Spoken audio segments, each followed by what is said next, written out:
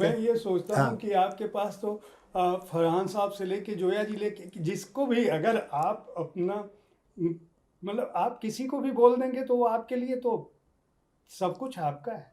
चलिए ठीक है, रिकॉर्ड पे आपने कर दिया, मैं उन्हें दिखा दूंगा, शायद यही सुन के उनका दिल पिघले है। अरे भाई, अब तो लोग ये सोच रहे हैं कि हम अपने बाप के लिए कुछ भी कर सकते हैं तो हमें करना पड़ेगा है। मैं हाँ ये कहूँ पूछूं कि सफलता के जिस मुकाम पर हैं, मैं जानिसार अख्तर साहब से और आपके मामा जी मजाज। मजाज साहब उनसे जुड़ी कुछ बातें। देखिए, मजाज साहब के साथ मेरा वक्त एक्चुअली अपने फादर से ज़्यादा गुजरा है। मैं तो नानिहाल में था जब मेरी मदर की डेथ हुई, तो वहीं रह गया, और वहाँ पर मजाज थे, एक ही घर में थे हम। और उनकी छोटी बहन थी, 2 बरस छोटी थी उनसे। तो जाहिर है कि जब उनकी डेथ हुई, बहन की डेथ हुई, तो कहीं ना कहीं मजाज, वो तो खुद कुंवारे थे, उनका तो कोई बीवी बच्चे थे नहीं, तो उनको बहुत ख्याल हो गया कहीं कि ये मेरी बहन के बच्चे हैं और ये अनाथ हो गए हैं, माँ मर चुकी है, बाप कहीं और है। तो वो मेरा और मेरे छोटे भाई सलमान का बहुत ख्याल रखते थे, और हमने उनके साथ बहुत वक्त गुजारा।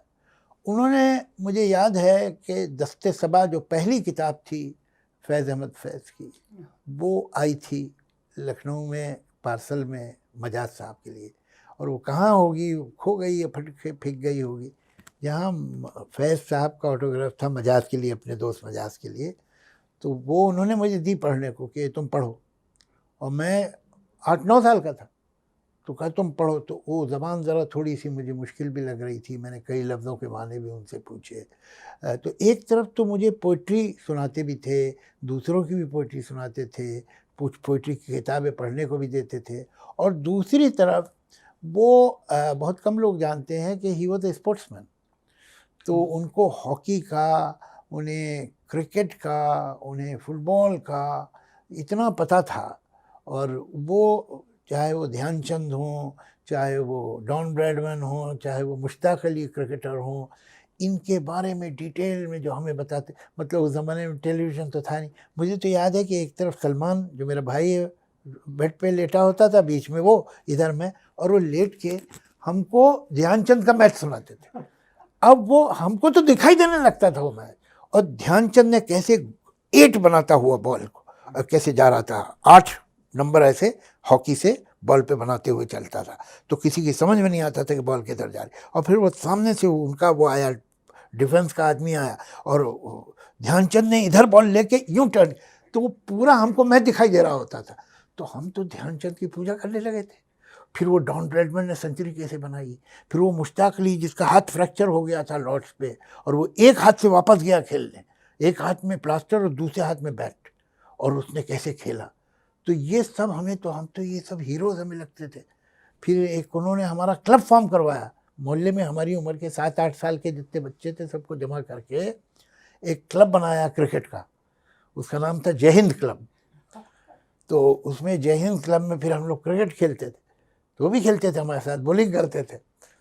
तो एक तरफ जहाँ उन्होंने पोइट्री से हमको इंट्रोड्यूस किया और हमको शौक दिलाया। अब उनकी एक पोएम थी रात और रेल, तो वो बच्चों को ज़्यादा अच्छी लगती है, इसलिए उसमें रेल का डिस्क्रिप्शन था, रात को ट्रेन कैसे चलती है और कैसे आवाज़ आती क्या, वो पूरी कहानी। पंडित जवाहरलाल नेहरू ने वो पोएम सुनी थी किसी गैदरिंग में, तो जहाँ वो थे, तो उन्होंने कहा कि ये पोएम तो भाई हिंदुस्तान के हर रेलवे स्टेशन पे लगी होनी चाहिए। तो वो हमको उन्होंने दी पढ़ने को कि तुम ये सब पढ़ो। तो एक तरफ कहाँ लिटरेचर से इंट्रोड्यूस कराते थे, फिर उनके दोस्त आते थे, बड़े बड़े पोइट्स आते थे जो ठहरते भी थे हमारे घर में। मुझे अच्छी तरह कई बड़े पोइट्स याद है जो हमारे घर में ठहरे हैं, तो उनके पास भी बिठाते थे हमको। और दूसरी तरफ हमको स्पोर्ट्स, तो मेरा आज भी जो इंटरेस्ट है स्पोर्ट्स में, वो परहैप्स मजाज की वजह से है। तो लिटरेचर हो या स्पोर्ट्स हो, ये दोनों दिलचस्पियाँ उन्होंने पैदा कराई हम लोग 7-8 साल की उम्र में।